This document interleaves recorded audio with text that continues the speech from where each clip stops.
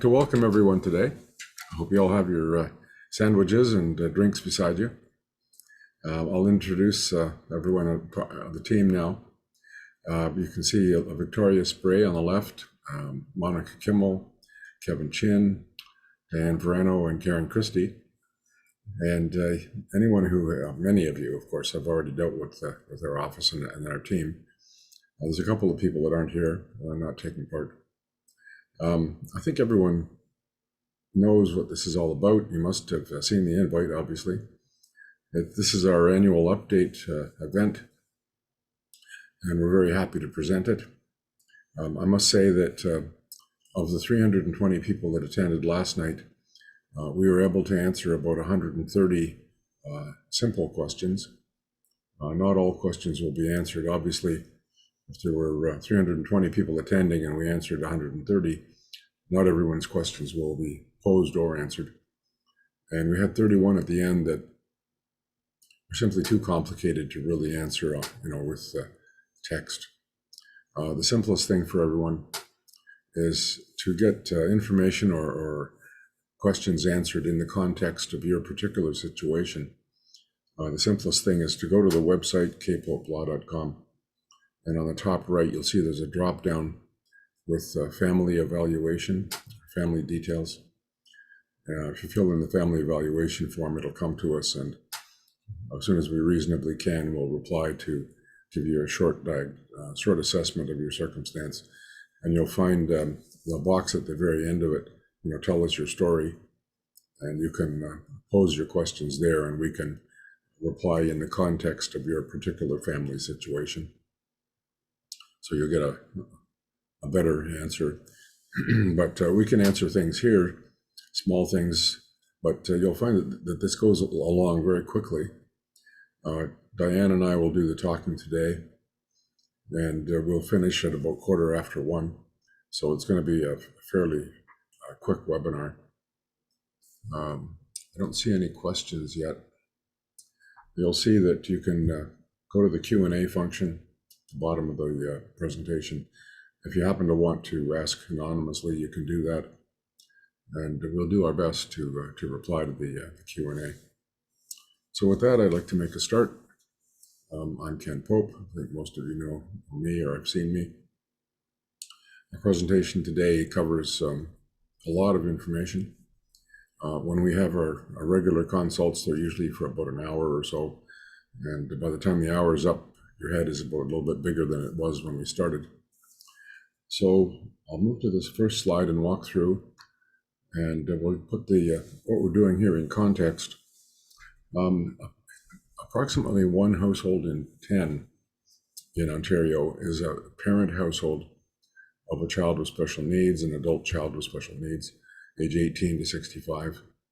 And if you were to add in the number under 18 and over 65, the seniors, that's about another third, roughly. So you can see here that the chart, this is February 2020. We've been requesting updated information for about a year now, but ODSP stats people who are usually quite helpful haven't forwarded us more current information. So it'll be the same numbers, but slightly larger for 2022. You can see here that there's 378,000 people receiving ODSP benefits. And if you add about another third, let's say 100,000, that would be 478,000. That's the people under 18 and over 65. And of course, the peak of the baby boom turned 65 last year, and many of them were in large families. For example, I'm the eldest of 5. So what this means is that not only are boomers turning 65, but boomers with disabilities are turning 65. They're migrating off ODSP and onto old age security and income supplements. So you can see here that if you look at the population of the province and you divide it by 3, because that's what StatsCan says you do to find households, there's approximately 4.5 million households. And if you add 100,000 to the number of people in this category, that's 478,000. So it's approximately 1 in 10. And this is just people who either are on or were on or will be on ODSP. This doesn't include long-term disability, CPP disability, all of those things, workman's compensation, and so on. This is a breakdown by type of disability. It's a bit simplistic, but I think the main thing to take away from this is you can see the large proportion of people who have developmental disabilities who would therefore have competency issues, and the large number of people who have neuroses and psychoses who therefore would have difficulty managing property or personal care. It's not that they're developmentally disabled or unable to comprehend. It's just that their comprehension is a bit skewed or balances the wrong factors. So everyone who has registered will be receiving the recorded webcast and also the slides. So we'll sort of skip through some of these things. We won't spend a lot of time saying here, take a few minutes to read this, because you'll be receiving it shortly after the recorded event. This is interesting. You can see that it gives the numbers for the different municipalities in the province.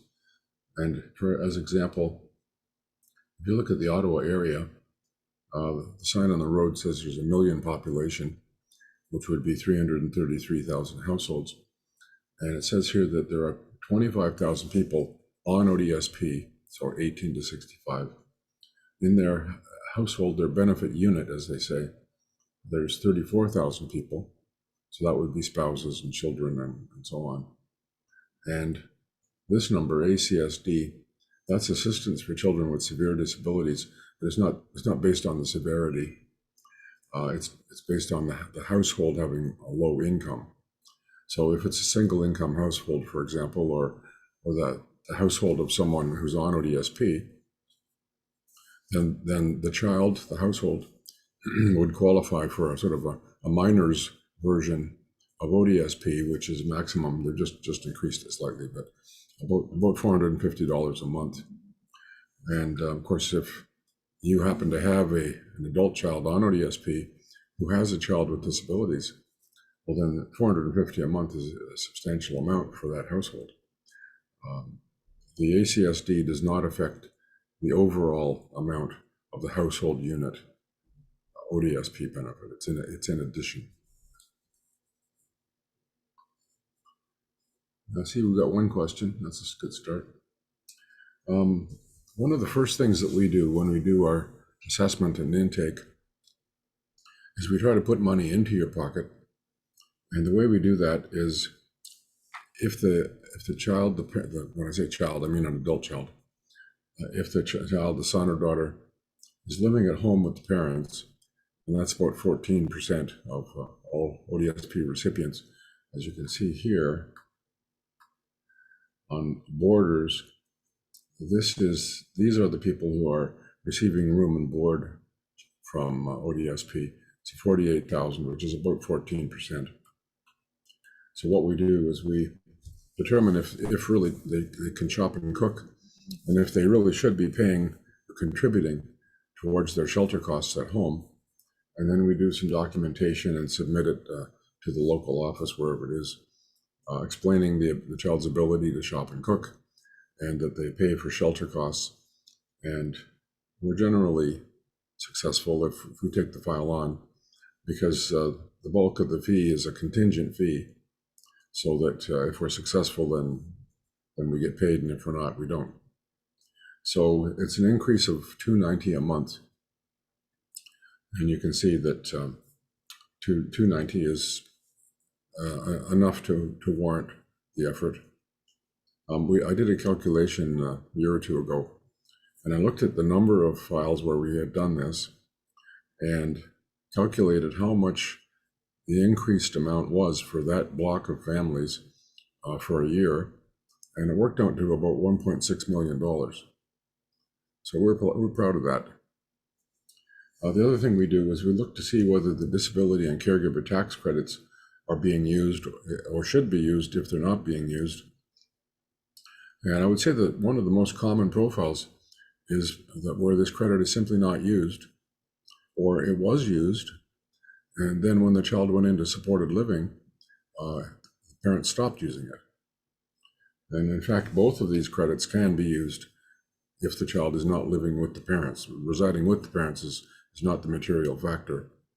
For the disability credit, and to a slightly lesser degree, the caregiver credit, it's a matter of, do you help with necessities, food, shelter, clothing?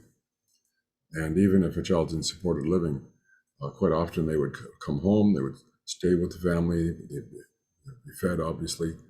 The parents generally provide clothing, but they wouldn't necessarily always provide shelter. But we make an assessment, and again, if it's feasible, we do a 10-year recapture, which in a 10-year full period would be approximately these amounts for the respective credits. And again, we have a contingent fee for this, so if we're successful, there's a fee, and if we're not, there isn't. For those of you whose children are approaching 18, or perhaps who are over 18, like a client file from the other day, the daughter's 24, never been on ODSP. It's just come to the parents' attention. So the criteria to apply, nominally what you could say is they would likely be successful if they can't function in a competitive workplace or function in a community or handle personal care. And that's not really how the disability determination package puts it. It's more a matter of page 5 and 12 and a list of 12 or 16 activities of daily living. And on page 12, it's physical restrictions. And on page 5, it's mental or cognitive restrictions. And it's a matter of how many threes you have on the scale of 1 to 3. So obviously, when we assist with these applications, we don't submit something that isn't likely to succeed. What we find is that, for example, when a person with a disability tries to apply themselves, or perhaps when their parents assist them, never having done it before and not knowing the criteria for success, really, they're successful about 60% of the time. If they take it to a social benefit tribunal, they're again successful about 60% of the time. But we don't, these days, we don't handle many tribunal appeals, because what we do is we just go back and apply correctly and have it approved. You can see here the benefits that a person would receive. The gifting rule is $10,000 over 12 months. The asset test for an individual is $40,000. Until this was changed a few years ago, the asset test was $5,000 and the gifting rule was $6,000 over 12 months.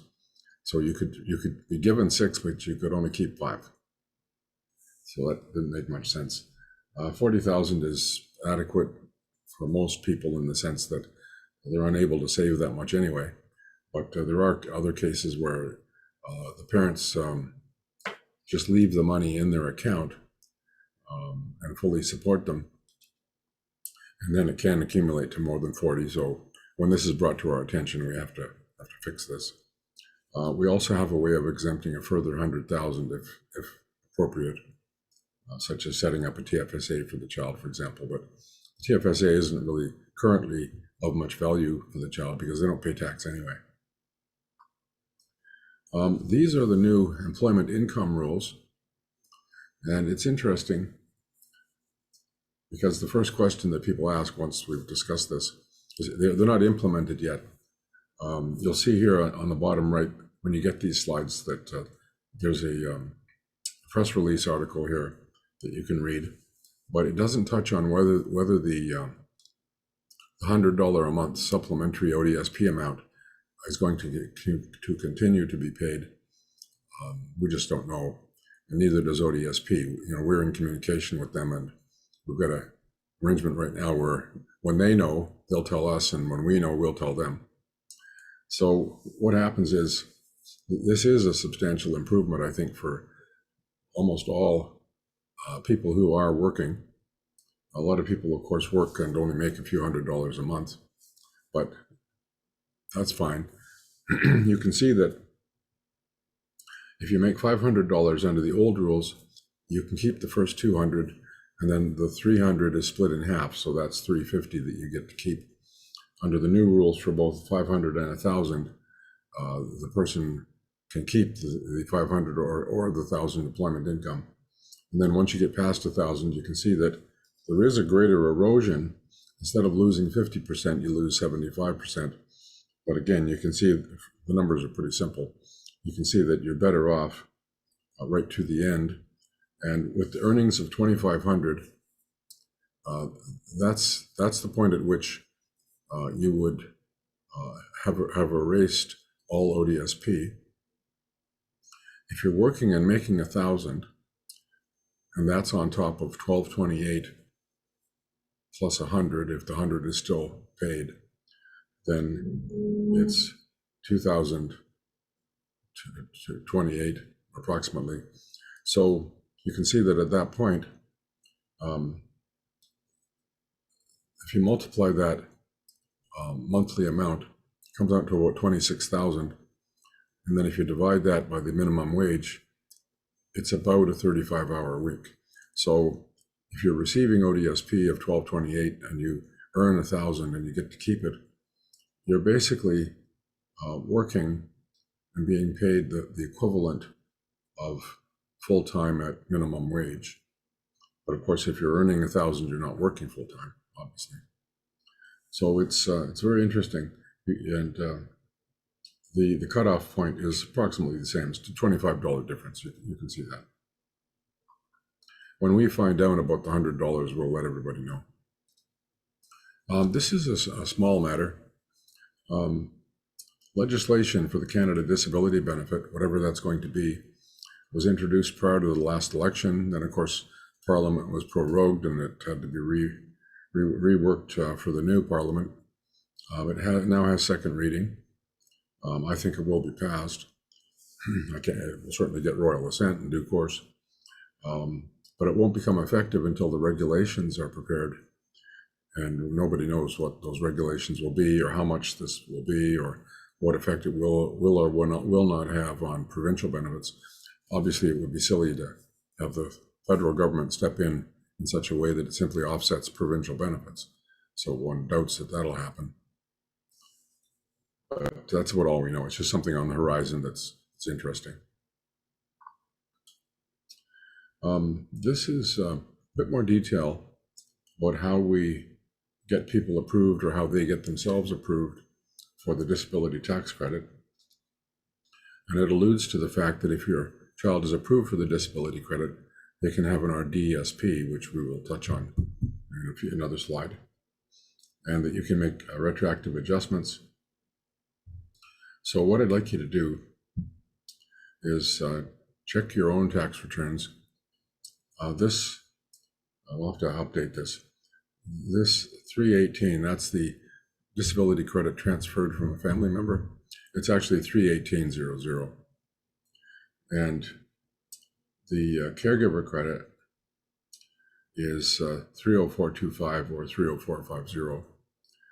And again, retroactively, if you haven't used it, you could recapture up to about $10,000. It reduces taxes by about $1,000 a year. And in 2017, the rule was changed so that a caregiver who does not have the person residing with them can still use the caregiver credit, because in most cases, of course, they are still a caregiver. The child just doesn't live with them. So what this means, this $1,000 a year, just to go back to the original slides, is you can see here that until 2017, only this number of households could use the caregiver credit and reduce their taxes. But after 2017, it's the total number, essentially. I mean, obviously, there'd be some situations where the child is estranged from the family and the parents are not caregivers, and so on. But essentially what this means is it went from 48,000 at 1,000 a year to 378,000 at 1,000 a year, which is a lot of money. Of course, most people may have been introduced to this credit before 2017, and then when the child went into supported living or became semi-independently living themselves, that that they stopped using it because they understood that they couldn't use it. So the DTC means that the child can have an RDSP. And I think one important point to make here is that this RDSP is not like an RRSP. You don't get to deduct the contributions from your income. It's not like an RESP, which actually belongs to the parent, but is earmarked to be used for the child for post-secondary education. And RESPs are still a valuable tool because they can be held until the child's 35. And there are some specialized programs now with colleges, especially for people with developmental or other issues, programs that are in fact post-secondary programs because they're at a college or perhaps a university, where you can use those credits for these specially created programs. So RESPs are not a waste, but in many cases, of course, they won't wind up being used. In that event, you could roll them over into the RDSP. We can discuss that if that happens to be, your particular scenario. But of course, this does result in some small tax savings.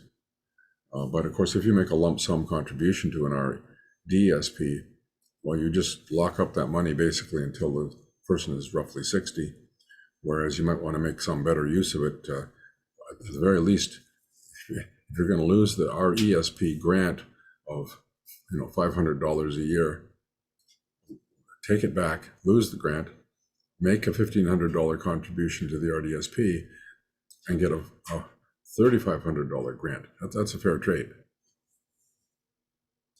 Now, RDSPs are very interesting because if you were to start one when the child is 18 and you contributed your $1,500 a year for 20 years, and the government put their $4,500 in for 20 years, if it was invested, if you have a proper financial advisor, which is the first thing we do on the assessment is, okay, so you have an RDSP, where is it and how's it doing? If you have a proper financial advisor and you earn just 5%, then when the child turns 60, it's approximately $700,000, and it then starts to pay out under the normal LDAP formula, about $30,000 a year for 23 years. And this is on top of the ODSP, which is paid until age 65. So this is obviously substantial. And, it's granted these came in, let's say 2009. So it's been 13 years. That means about 3 of the annual grants and bonds are vested because there's a 10-year vesting period. But still, this kind of money has never been in the hands of people with disabilities in this category before.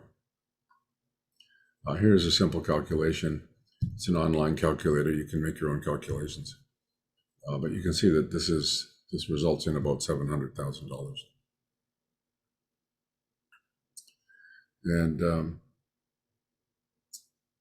this is just an LDAP calculation. You'll get this slide. These are other factors. This is just vocabulary, not something that's critical. You can read it when you get it.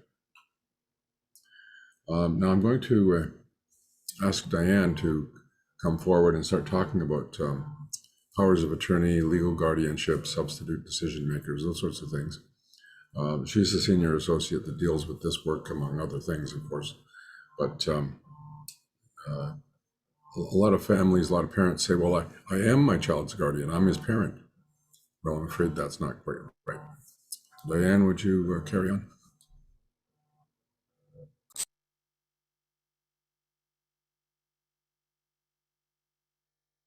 We heard you're muted, Diane.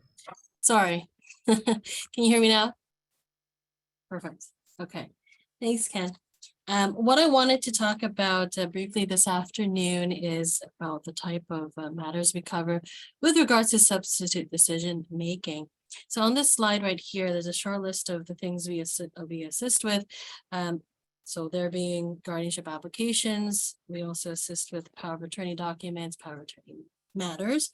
We assist with substitute decision making matters as well. And of course, we assist with trusteeship, and we also assist beneficiaries and trustees of a trust as well. Ken, if you mind going to the next slide, please.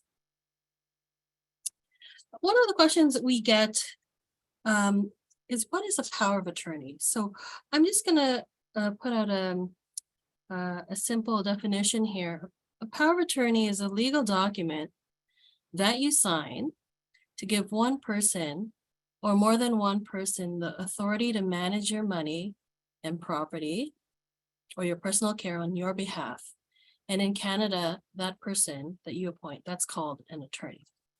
So this slide is just talking about power of attorney for personal care, and I'll just pause and let you read over it.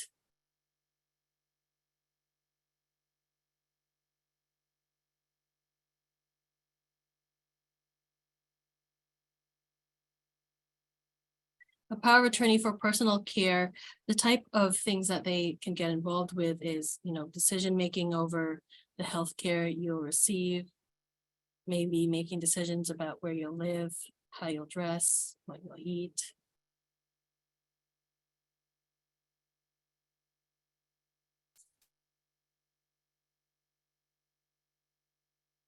Okay.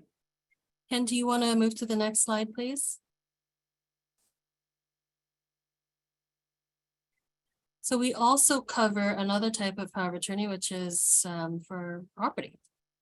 So again, with property, the types of things that your attorney might be involved with is anything that has to deal with your assets. So paying your bills, managing your accounts, managing your mortgage payments. So this is just a short description of what the power of attorney for property encompasses, and I'll let you just take a moment and read through that short description.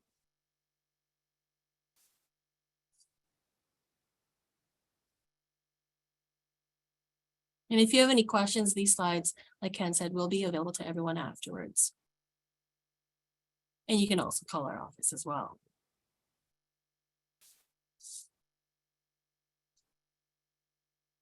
And do you mind moving to the next slide? Okay, so this next slide is titled Substitute Decision Maker. What is a substitute decision maker? Well, in our office, that usually means either a guardian or a power of attorney. So we've talked about power of attorneys. I am going to talk about guardianship later on. There's also the very bottom of the slide, there's something called the Healthcare Consent Act. So we do get some questions about that as well at our office. Generally, the Healthcare Consent Act exists in Ontario. And if someone is incapable of refusing or consenting to a medical procedure, well, that legislation provides a hierarchy of substitute decision maker who can make that decision for that incapable person. So at the very top we have, and I'm just going to read them out. The very top we have an appointed representative from the Consent and Capacity Board for the person. If that's not available, then it would be a spouse or partner of the incapable person. If those two things are not available, then a parent or child of the incapable person. If that's not available, then a parent of the incapable person who has only a right of access. And if that person isn't available, then a sibling of the incapable person. And if that's not available, then any other relative of the incapable person. Even though there is that legislation, we do have clients who do want to proceed with guardianship for personal care, nevertheless. And that's because we have a full discussion of whether it's appropriate in that case, what their short-term goals are, what their long-term goals are. And we see whether or not guardianship or power of attorney is appropriate, and if it's not appropriate, or if they're okay just relying on the Healthcare Consent Act. And do you mind moving to the next slide, please?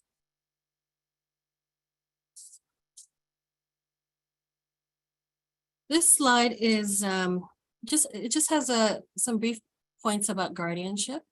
There are two types of guardianship, like there are two types of property. So we can have guardianship over property, and we can have guardianship over personal care.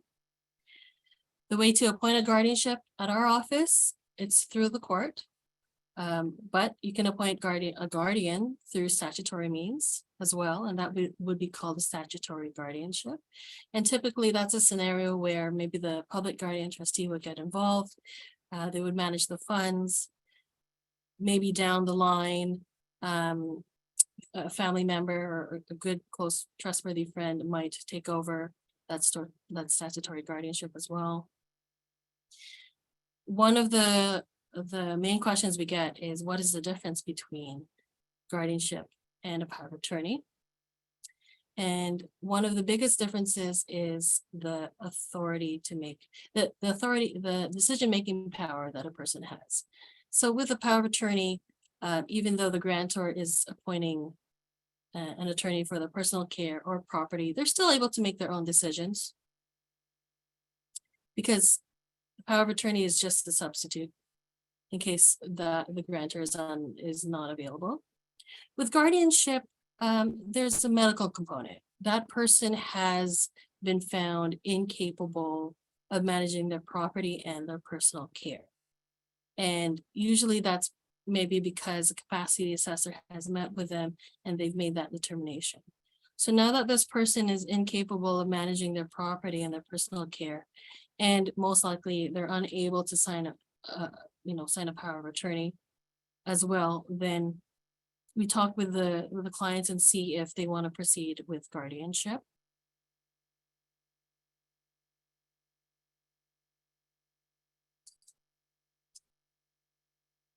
And do you mind going to the next slide, please? What I wanted to talk about are the common questions we get when we talk to clients about guardianship. One of them being, what is the process like? Well, at our office, we do guardianship through summary disposition. And what that means, it's a written application. There is no in-court appearance from the family. The application record is probably less than 200 pages long. And one copy is given to the allegedly incapable person. One copy is given to the public guardian and trustee. One copy goes to the court. Our clients will also get a copy or copies as well. And the public guardian trustee, they review every single guardianship application. They might have questions, they may not. We find that some of the questions are geared towards finances. So there's something in the guardianship application that's called a management plan, and this lists out the allegedly incapable person's assets. So they like to go through that like a fine-tooth comb and just make sure that what plan the guardians have for this person's finances appears sound and it makes sense to them. And there's also something called the guardianship plan, and that's a plan that the applicants will lay out just to talk about how they want to maintain the health of this allegedly incapable person and their personal care. And so the public guardian trustee will also look at that as well, but we find that the public guardian trustee likes to look at finances more so. The judge will also read the application as well. They may have questions of their own. Everything is in writing, so the public guardian trustee will write to us with their questions. The court or the judge will also contact us in writing about what reservations they may have or questions. If there are questions to be answered, then we answer them. And then afterwards, if the judge is satisfied, they will sign what's called the guardianship judgment. We prepare a draft judgment for the judge to review, and it's usually around 4 to 8 pages long. The application record itself will be 200 pages, but the guardianship at the end of the day, the judgment is what you're looking for, and that's about 4 to 8 pages long. We had a question. Now, we did this webinar yesterday, and we had a question about passing of accounts. For those who don't know, passing of accounts is another term for an audit. So sometimes if the allegedly incapable person has quite substantial assets, maybe they're in their like 70s and maybe they had a stroke. So the time before they had the stroke, they might still have some dependent children, spouse, maybe multiple real estate, investments, automobiles. So that is quite a long list of assets. We present that in the guardianship application. We have to disclose it, and then we have to disclose how we plan to take care of that. And sometimes the public guardian trustee or the judge might want to include in the judgment that there be an audit of those assets, 3 to 5 years after the judgment has been approved. In most cases, the families that we're dealing with, their child, their adult child is on ODSP, maybe has an RDSP. They don't have many assets above those two things. In those cases, the public guardian trustee and the judge won't ask for a passing of accounts or an audit. So there is still a possibility there, but I would say it's a low possibility. Another question we get is, how do I know whether a guardianship application is appropriate? And that's a very good question. It's better to call us and have a full discussion so that we can outline, what your choices are, what the pros and cons of those choices might be, and then decide whether or not guardianship is appropriate for you and your family. We also get a question of when is a good time to apply for guardianship? So sometimes we have parents whose child is 17 and they know that when their child turns 18, some things might change in the future because now they are an adult. So the access or the care that they were used to getting for their child might change. So sometimes we get contacted before their child turns 18. Sometimes we get contacted after something happens. So there's maybe a triggering event. Maybe it could either be, they notice that there's some financial abuse going on with a child and, a specific friend who's not really a friend who's taking advantage of them. Or sometimes there's an inheritance that's coming in and it's quite a lot of funds that this person has never had access to before, and they're worried about, do I think my child has the ability to take care of these funds? So we will talk that out with you. Okay. Thank you, Ken. Okay, excellent. Thank you. What we find, all of the things that Diane said are correct, obviously. But we find that, just as I mentioned, the peak of the baby boom turned 65 last year. And those 65-year-old people, one family in 10 has a child with special needs. And what that means is that they're at what we call the awkward age, where they're still going to be around for another 20 years at least, in most cases. But they do have a sense of mortality. They read the obituaries now and again. And what happens is at that stage, you've gotten by all these years because you can be the ODSP trustee, you can be the account holder on the RDSP, you've gotten cooperation from medical authorities because there's been no real health issues to speak of.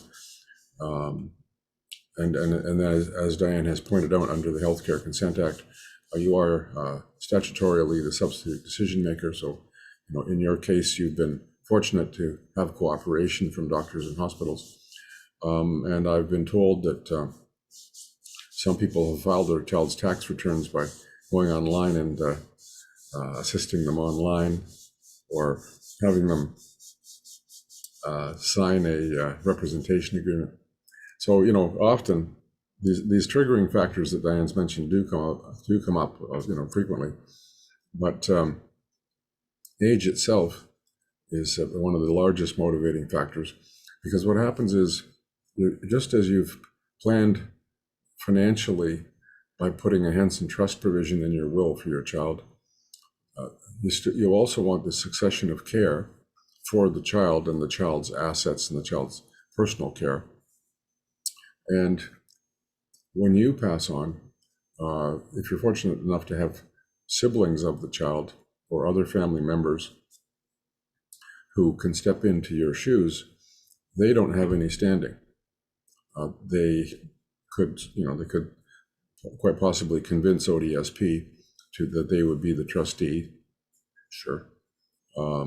They may not feel as comfortable filing the tax returns. They can't be the RDSP account holder. And as we'll discuss in the next slide, they can't handle other financial matters such as pensions that may flow to the adult dependent child after the parents are gone. So it's in that succession planning that we often find that we seek legal guardianship for the parents, for the siblings, if you're fortunate enough to have more than one child. In other cases, you might include a young aunt or uncle. You could perhaps include cousins, but it's that succession plan that is the motivating factor for people. The next slide talks about pensions. And if you happen to be, and there are many people here who are going to fall into this category, if you happen to be a teacher, a municipal employee, hydro worker, OPG, WSIB, you'll have a teacher's pension, an owner's pension, an OPG pension, WSIB pension. These are all provincial statutory pensions, and your adult dependent child potentially stands to receive half of your originating pension when you die and when your spouse dies. So you would still pass 2/3 to your spouse, but then if the spouse dies, then 50% of that original pension could flow to the child, the adult child, if they are an adult dependent. You can't get this established or settled conclusively while you're alive, but you can give notice to OTIP, for example, to put your child on the radar. And they finally have gotten to the point where there's some standard letters that go back and forth to acknowledge that this pension is potentially there, and the steps involved to some extent in the procedure to have the child approved when you're gone. But of course, the child is, if they're not competent, they couldn't apply and they couldn't manage the money. And if you happen to be a teacher, for example, and your pension is, say, $60,000, then they stand to receive $30,000 a year. 30,000 is more than 15,000 ODSP. And of course, you can deal with any drug needs. There's other ways to deal with that. So you need a legal guardian to apply for the pension and to receive it and manage it. And if the child is not competent, they may well be in a supported living environment where their needs are quite modest, and they may not need or be able to use $30,000 a year. Their personal and disability tax credits, the personal credit is about $14,000, and the disability credit is this side of $9,000. So about $23,000 of tax credits. So if the pension is $30,000, the first $23,000 is exempt from taxation, and the $7,000 is taxed at 22%, so about $1,500. And in many of these cases, the child needs very little of the $30,000.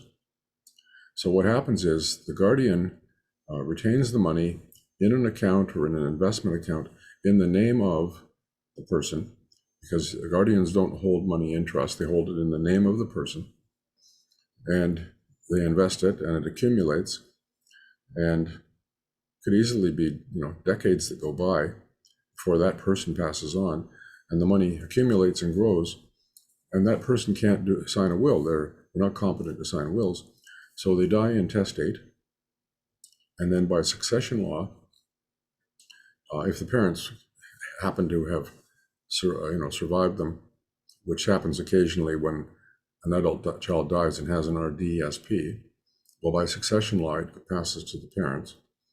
Similarly here, this would pass to the parents, but of course it comes from pension, so that's not happening. But it would pass by succession law, firstly to siblings, or to the children of siblings if the siblings are predeceased. And then if not, there's a whole succession tree. It goes up the tree and then over and down. And in a lot of cases, it would pass to cousins who may or may not have ever visited this kid with special needs. But, the parents are gone, the child is gone, it's just money. So, who cares really? But you can see that an accumulated pension could be very substantial.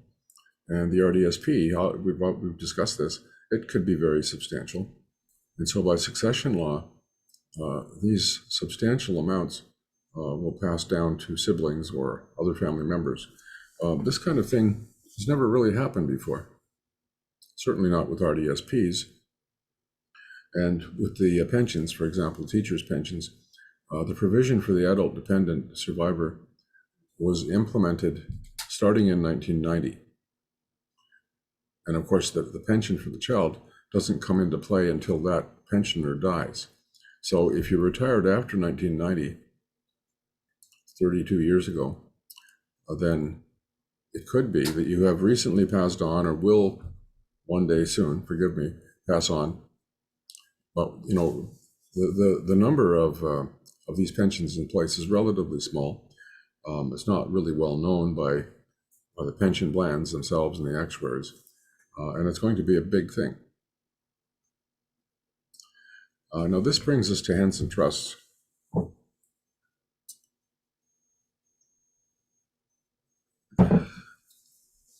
Because everyone wants to know more about Henson trusts. A Henson trust is it's just a testamentary trust in the sense that it comes into effect after a death. So, for example, it's a common question about Henson trusts. People think that they have to be funded now or that they're set up now and used later. Nothing really happens until the second death, typically. On a first death, the assets generally pass to a surviving spouse. They don't even go through the will, through the estate. There may be some circumstances, of course, where you have to apply for probate upon a first death, but most of the time, the house is jointly owned. Assets, RRSPs, TFSAs, insurance are designated. There's a right of survivorship on investment accounts. And anything left, like a small operating account, you can usually get the bank to give to the surviving spouse without probate. So then what happens is the surviving spouse dies, and the most common scenario is at that point the estate passes either in whole or in part to the Henson Trust. And there's a whole process to setting this up, and trust accounts, trust investment accounts, and trust tax returns, and the whole procedure. The scope of work on the retainer for that work goes from A to V. But the essential differences, and the reason that unfortunately, when people fill out the family evaluation form that's on the top right of our website, they come to the question, do you have a will? Yes, no. Do you have a Henson Trust? Yes, no, unsure. We get a lot of unsures. That doesn't necessarily mean that you don't have a trust, because you may think back and you may recall that the lawyer you dealt with did something that related to your child, but it's not highlighted anywhere, and it's all in legalese. So of course, we put in Henson Trust, and we bold the sections that are specific for the Henson Trust. So the first thing to look for, if you want to determine if you have something approaching what you need, is the trustee has to have absolute and unfettered discretion. And what this means is that instead of just a discretion, which all trustees would normally otherwise have, they have a fiduciary duty to properly invest and disperse the money for the needs of the beneficiary. But the trustee of a Henson Trust has an absolute and unfettered discretion, which is much stronger, essentially ironclad. And the likelihood of them, there is no practical likelihood of them being forced to disperse money such that ODSP would be lost, or that ODSP could cut off the benefit recipient beneficiary to force them to try to make the trustees support them. It's just not practically feasible. Now, if you want to get into some esoteric discussion about, well, yes, but when could they be removed and how could they be forced and so on, I'll send you some material. But for practical purposes, it's not the discussion.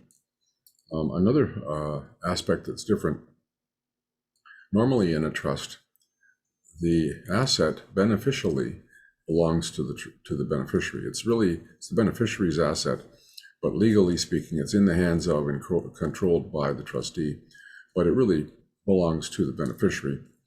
That's not the case in a Henson trust. There's a specific non-vesting clause, and I don't see where you would find it in any other kind of arrangement, because of course lawyers spend a lot of time trying to make assets vest in their client. They'd rather that they weren't conditional. So, shall not vest. No share of the income or capital thereof shall vest in my said son. The only amount he shall have shall be the amounts paid to, the only benefit he shall have shall be the amounts paid to him or for his benefit. So the asset itself doesn't belong to the child. And what this means is that between the absolute discretion and the non-vesting provision, it's clear that there's really no risk of litigation being successful. The person could file for bankruptcy, the trust would still remain. And of course, the receiver in bankruptcy simply stands in the shoes of the party filing for bankruptcy, the beneficiary here. And so the receiver can't force the trustee to pay money either. There's also a reversal of the even-handed rule. In a normal trust, the trustee is supposed to somehow, whatever mechanism this is, they're supposed to keep an even hand between the life beneficiary and the residual beneficiaries, the siblings, for example, the remaindermen, as they're called. Well, firstly, that's a tough thing to do. How do you have an even hand? I won't go into that. We can discuss that in more detail if you want sometime. But the point of it is that it's very handy, because although these trusts are, over the last several years, have come to be funded in larger amounts, largely because real estate has gone up and parents are living longer, their investments are larger. There was a time some few years back when a lot of these trusts weren't very big at all. There were 80,000, 120,000, 150,000, because the estates were smaller and the heirs were larger in number. So if you have a modest estate and 5 kids and you divide it by 5, you can see that the trust fund itself might be modest. So the even-handed rule means that you don't have to keep an even hand. You don't have to maintain something for the residual beneficiaries. You could give it all out or spend it all for the beneficiary during their lifetime. And this allows us, with a properly drafted trust, to make a choice to either set up the trust or not to set it up when you've passed on. And sometimes it's appropriate. Sometimes the fact situation is such that the person's on ODSP, but they have insight into their circumstances. They're prepared to accept advice and assistance. And we have ways of exempting sizable amounts outside of a trust, exempting them from the ODSP asset test. So there can be cases where it's just not financially, administratively the best choice once you've passed on to set up the trust for the $120,000 and maintain it for life for the person. And this rebuttal of the even-handed rule allows us to do this even without the consent of the residual beneficiaries. We're often asked if there's a limit to how much the trust can hold and a limit to what it can disperse for the benefit of the beneficiary. And the answer to both is no. There's no limit to what it can hold, and there's no limit to what it can disperse for the benefit of the beneficiary. You may hear $100,000, you may hear $10,000 over 12 months, but neither of those are correct. I'll touch briefly on this. Lifetime Benefits Trust would be of interest if you have an adequate income and you also have substantial RRIF, such that you have a child who has a mental infirmity and you'd like to set up a lifetime benefit trust in parallel with the Henson Trust to receive registered funds. So the funds would roll over to the trust. The trustee of the trust can only do one thing. He can only buy a qualifying disability trust, or qualifying trust annuity, and this then pays the annuity payments that are based on the lifespan, expected lifespan of the child, the beneficiary, but the payments are made to the trust, the trustee, while the income is attributed automatically to the beneficiary. So you'll see in this upcoming slide the kind of savings that you could have if this is suitable. And of course, if you happen to have $1 million RRIF and a child with Down syndrome, you might either do the trust, or you might decide to simply pass the RRIF, $1 million RRIF, to the child personally. Now, you'd need legal guardianship to receive it and make other choices, the elections and so on that are necessary. But you might decide, you could decide, to just pass on ODSP, depending upon the age of the child, for example. If they're 63, so you lose 2 years worth of ODSP. So I'll just go to the next slide, and you'll receive the slide, and you can look at it in more detail, because we're just approaching the hour mark. You can see here that if the RRIF was $500,000 and you died in December and you had otherwise a high income, that the taxation could be 50%. Yes, I know. If you die in January and your income is low, it won't be 50%. We got that part. But for simplicity, this is the number we used for the example. And you can see that if you buy an annuity based upon the child's expected lifespan with a guarantee period that is sufficient to make sure that even if the child dies tomorrow, that the payments continue until you get all of your money back, this is the amount that this guarantee, this annuity with a guarantee would pay. And over that 20-year period, you can see the amount of taxes per year and the amount over the 20-year period, which is basically nil. And if you have a smaller RRIF, you might think, oh, well, smaller RRIF, less taxation, not so much. Well, that's true, but there's still a great loss. And there is, in fact, no tax payable. So that's pretty handy.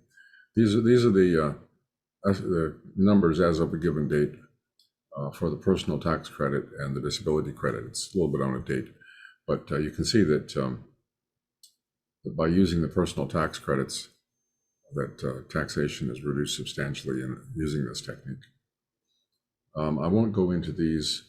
These are just a vocabulary, but these are things that we would discuss if we had an estate planning consult. This one here is worth touching on. If you have a testamentary trust, not an inter vivos trust, and if you have a beneficiary who qualifies for the disability tax credit, then you can make an annual election.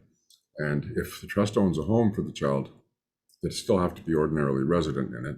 But if they had a home for the child, then it would qualify as a principal residence for capital gains exemptions.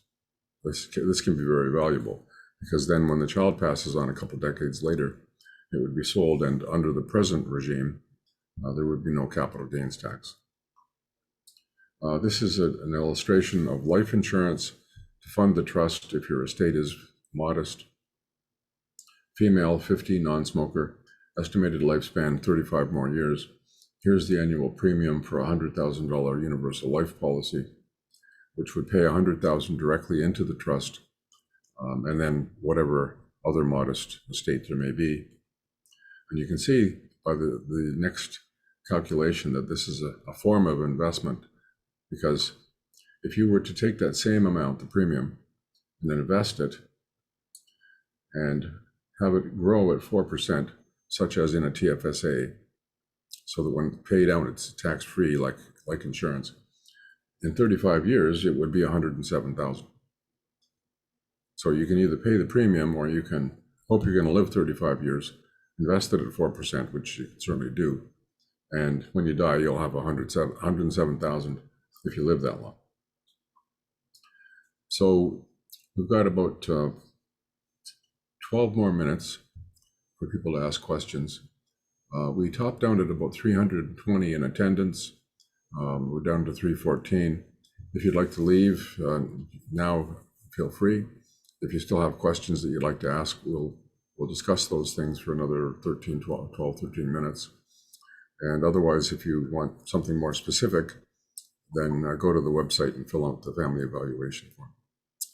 Karen? Ken, are you able to answer if somebody is paying out their RDSP at 60 to 64, how this affects ODSP? It doesn't affect ODSP.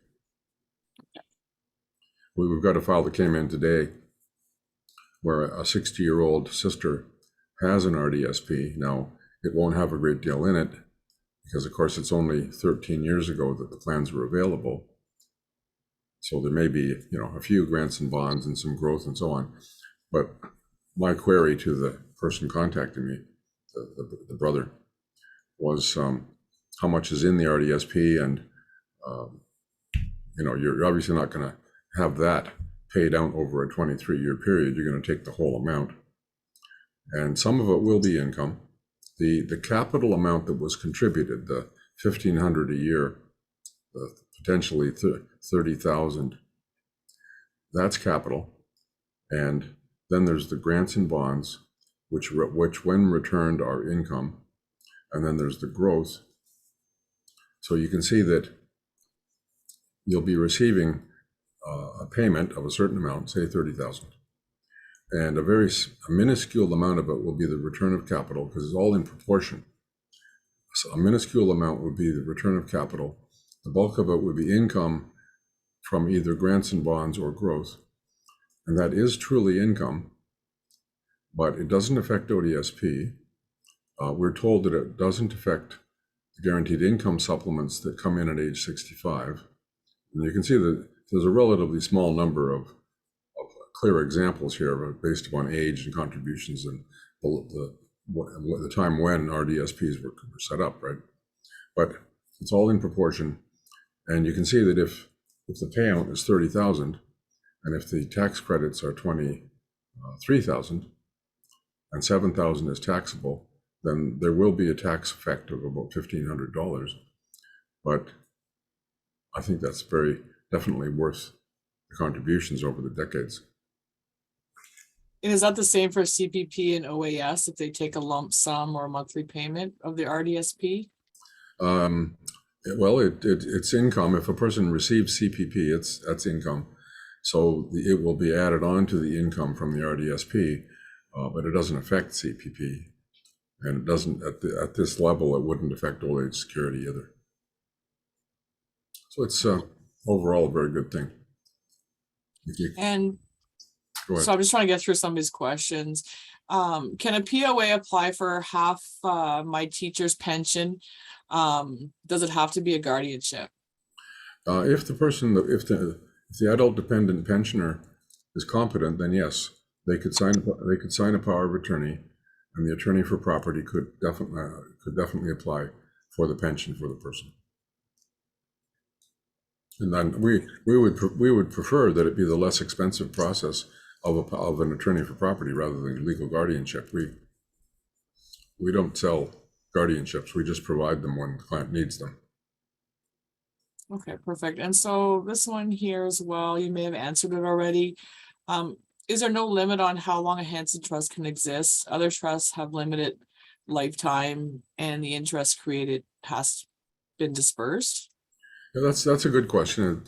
It's better articulated as, is there a lifespan for a trust? There isn't really. There are rules against perpetuity, but in practice, what happens is the trust is set up for the lifetime of the beneficiary.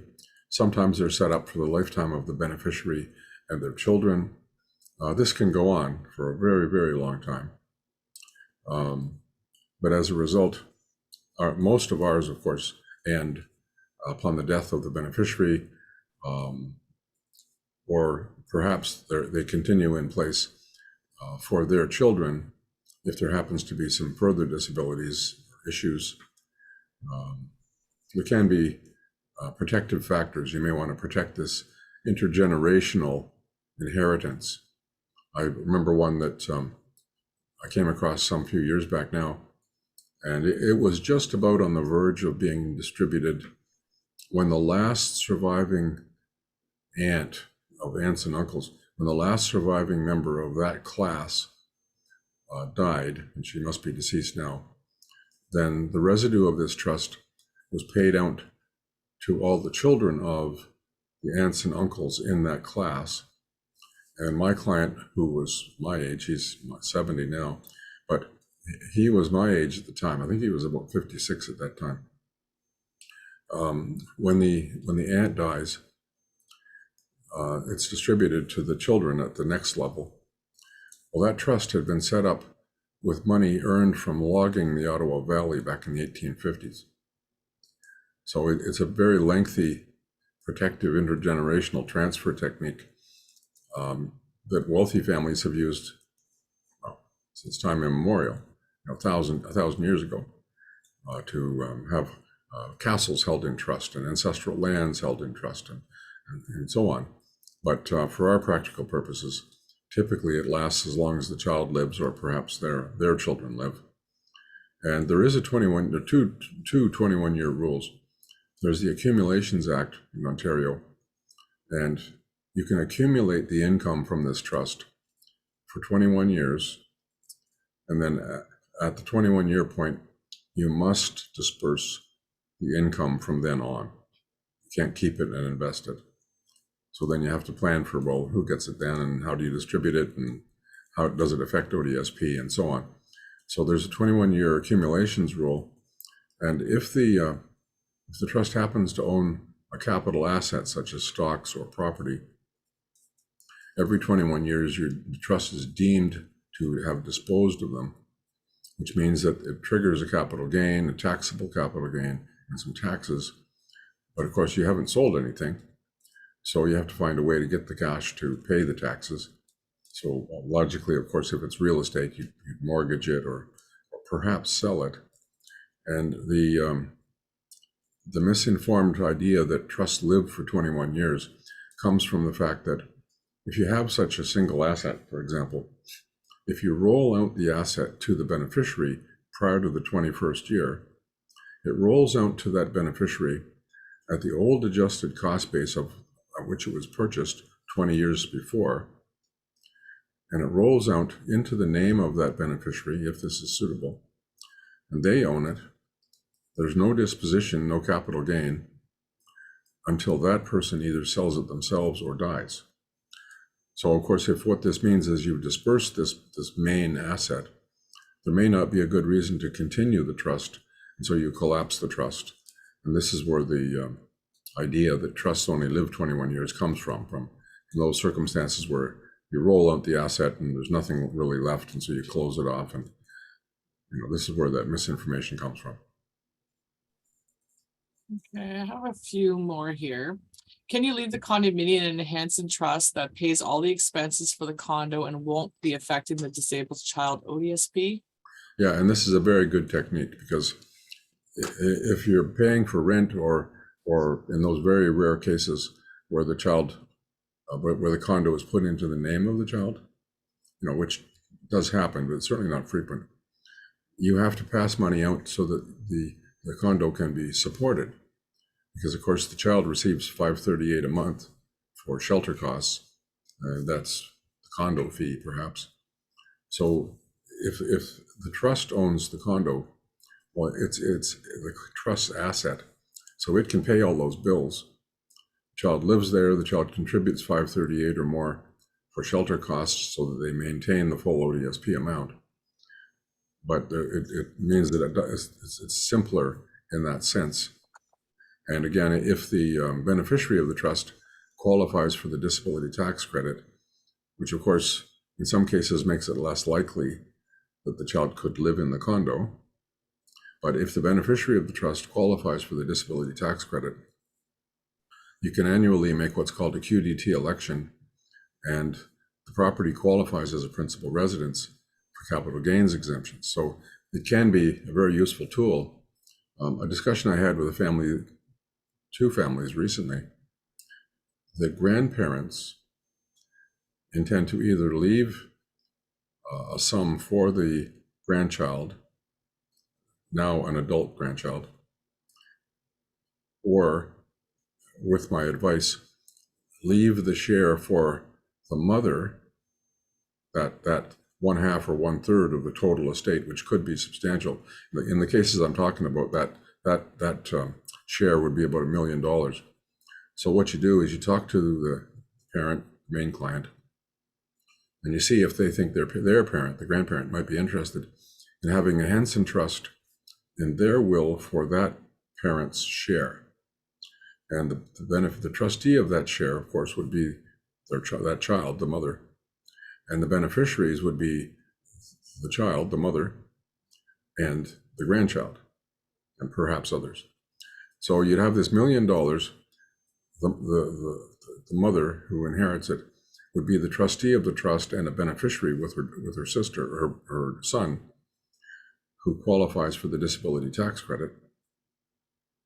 And if she wants to draw capital, she can certainly draw capital. She just takes the capital, but she declares the income in the hands of the son, because he has a $24,000 tax credit. And she uses this money, for example, to buy a condo for the son to live in. So as a part of the transition plan for this child, you don't wait till the parents are deceased if the fact situation fits. What you do is you set up a trust using this inheritance, and you use it to purchase the home, and then you transition the child into the home owned by that trust while you're alive. So you can see that if the fact scenario is correct, this can be a very powerful tool for the transition planning for that child. It's 1:15, so I think that concludes our presentation. There's 9 questions outstanding. Karen, that's very good. You guys all did a great job behind the scenes there. We answered 114 questions. I tried my best, but that's great. Some things we can't. Well, that's great. That's great. That's close to your all-time high. Almost. All right. Well, I'm going to wrap things up here. I'd like to thank everyone for taking part. If you have questions, you can see who you should email here. And there's Kevin. And of course, the first thing he's going to do is send you the link for the family details form. I look forward to being of service, and I'll say thank you and goodbye to everyone.